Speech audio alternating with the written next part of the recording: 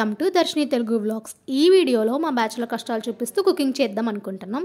అంతకంటే ముందు నా వీడియోస్ చూస్తూ సబ్స్క్రైబ్ చేయని వాళ్ళు ఉంటే వెంటనే వెళ్ళి సబ్స్క్రైబ్ చేసుకోండి. పక్కనే ఉన్న బెల్ ఐకాన్ని ట్యాప్ చేయండి. అప్పుడు నేను ఏ వీడియోస్ పెట్టినా మీకు వెంటనే నోటిఫికేషన్ ద్వారా తెలుస్తుంది. మీకు కనుక ఈ వీడియో నచ్చినట్టయితే లైక్ చేయండి. మీకు ఏమనిపించిందో కమెంట్ సెక్షన్లో కమెంట్ చేసి చెప్పండి. And me friends and family మెంబర్స్కి వీడియో అయితే షేర్ చేయండి. ఇంకా లేట్ చేయకుండా వీడియో అయితే స్టార్ట్ చేసేద్దాం.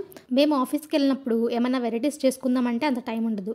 ఉన్న 1 or 2 అవర్స్లో టిఫిన్స్ లంచ్ చేసుకునేసరికి టైం అంతా అయిపోద్ది. ఇంకా ఫ్రైయో గ్రేవీ కర్రీసో అలా చేసుకుని వెళ్ళిపోతాం. మాకు నచ్చినట్లు చేసుకోవడానికి ఓన్లీ వీకెండ్సే లేదా మేము ఆఫీస్కి వెళ్ళిన రోజు చేసుకుంటాం. ఇవాళ ఆఫీస్కి వెళ్ళలేదు, సో మేము ఇవాళ ఏం చేసుకుందాం అనుకుంటే రూమ్లో ఎగ్స్ ఉన్నాయి. ఇంకా ఎగ్ కర్రీ టమాటో రైస్ చేసుకుందామని ఫిక్స్ అయిపోయాం. ఫిక్స్ అయితే సరిపోద్దా, దానికి సరిపడా గిన్నెలు లేవు మా దగ్గర.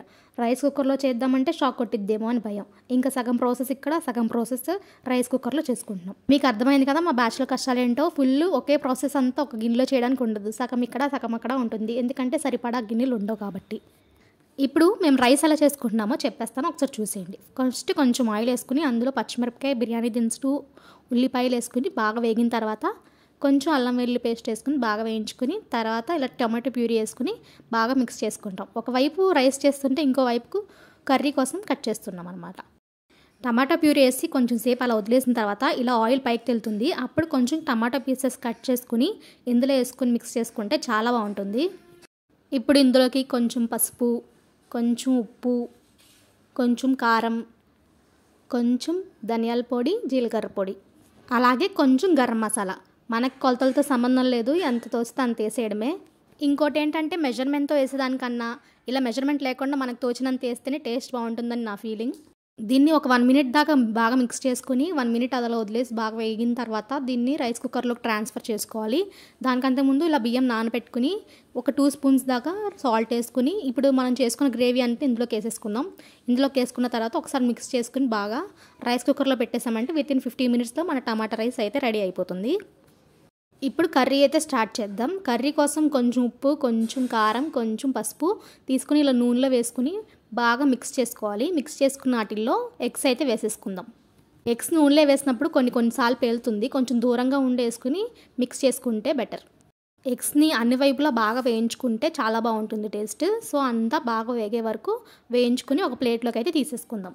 ఇందాక మనం ఎగ్స్ వేయించుకున్నాం కదా, అందులోనే కొంచెం ఆయిల్ వేసుకుని మళ్ళీ అందులో కొంచెం జీలకర్ర వేసుకుని వేయించుకోవాలి. ఇప్పుడు ఇందులోకి కొంచెం పచ్చిమిర్చి, ఆనియన్స్ వేసుకుని బాగా మిక్స్ చేసుకొని 1 నిమిషం దాకా మూత పెట్టి ఉంచేసుకోవాలి. మా పక్కన మా అమ్మ లేకపోయినా అమ్మ చేతి వంట ఉందనే ధైర్యంతో వంట అయితే స్టార్ట్ చేసేసాము. ఇప్పుడు మేము కూడా ఈ రెసిపీ అమ్మ చేతి వంటలో చూస్తూ చేస్తున్నాము. కర్రీ చేసే లోపల మన రైస్ అయితే అయిపోయింది. స్మెల్ అయితే చాలా బాగా వస్తుంది. టేస్ట్ ఎలా ఉంటుందో చూద్దాం. కర్రీ అయిపోయిన తర్వాత చూడటానికి కూడా చాలా బాగుంది రైస్. 1 నిమిషం దీన్ని పక్కన పెట్టేసి మనం కర్రీ దగ్గరికి అయితే వెళ్ళిపోదాం. ఆనియన్స్ కూడా బాగా వేగాయి. ఇప్పుడు దీంట్లోకి టమాటా ప్యూరీ అయితే యాడ్ చేద్దాము. ఈ టమాటా ప్యూరీని బాగా మిక్స్ చేసుకుని 1 minute అయితే సెట్ అవ్వనిద్దాం. ఈ లోపల మనం ఒక పేస్ట్ అయితే తయారు చేసుకుందాం. ఈ మిక్సీ జార్లోకి ఏమేమి వేసాను అనేది నేను డిస్క్రిప్షన్లో మెన్షన్ చేస్తాను, చూసేయండి. ఇప్పుడు దీన్ని మంచిగా మిక్సీ చేసేసుకుందాం. ఇప్పుడు ఇంకో గిన్నెలో కొంచెం పెరుగు తీసుకుందాం, కొంచెం కారం, కొంచెం పసుపు, కొంచెం ఉప్పు, వీటినన్నిటిని బాగా మిక్స్ చేసుకుని ఓ పక్కన పెట్టేయండి. ఇప్పుడు ఇందులోకి ఇందాక మిక్సీలో వేసుకున్న పేస్ట్ అయితే వేసేసుకుందాం. వేసుకుని బాగా మిక్స్ చేసుకుని 1 నిమిషం అయితే ప్లేట్ పెట్టి మగ్గించుకుందాం. మసాలా వేగిన తర్వాత ఇందాక పెరుగు మిక్స్ చేసుకున్నాం కదా, దాన్ని కూడా ఇందులో వేసుకుని బాగా మిక్స్ చేసుకుని 1 minute ప్లేట్ పెట్టుకుని వేయించుకుందాం. ఇది బాగా వేగింది. ఇప్పుడు ఇందులో ఫ్రై చేసుకున్న ఎగ్స్ని ఇందులో వేసుకుని కొంచెం వాటర్ వేసుకుని ఒక 10 minutes దాకా వేయించుకోవాలి. ఇంకా కర్రీ అయితే రెడీ అయిపోయినట్టే. ఇప్పుడు మనం చేసుకున్న వంటలన్నీ ఒకసారి అయితే చూసేద్దాం. మనం చేసుకున్న టమాటా రైస్ చాలా బాగా వచ్చింది, చూడటానికి చాలా బాగుంది, టేస్ట్ కూడా చాలా బాగుంది. దీంతోపాటు ఆనియన్స్, పెరుగు చట్నీ, మనం చేసుకున్న ఎగ్ మసాలా కర్రీ, టమాటా రైస్, ఎగ్ మసాలా కర్రీ 2 బాగా కుదిరాయి. ఐ హోప్ మీకు ఈ వీడియో నచ్చింది అనుకుంటున్నాను. మీకు నచ్చినట్టయితే లైక్ చేయండి, మీ ఫ్రెండ్స్ అండ్ ఫ్యామిలీ మెంబర్స్కి షేర్ చేయండి. మీకు ఏమనిపించిందో కమెంట్ సెక్షన్లో కమెంట్ చేసి చెప్పండి.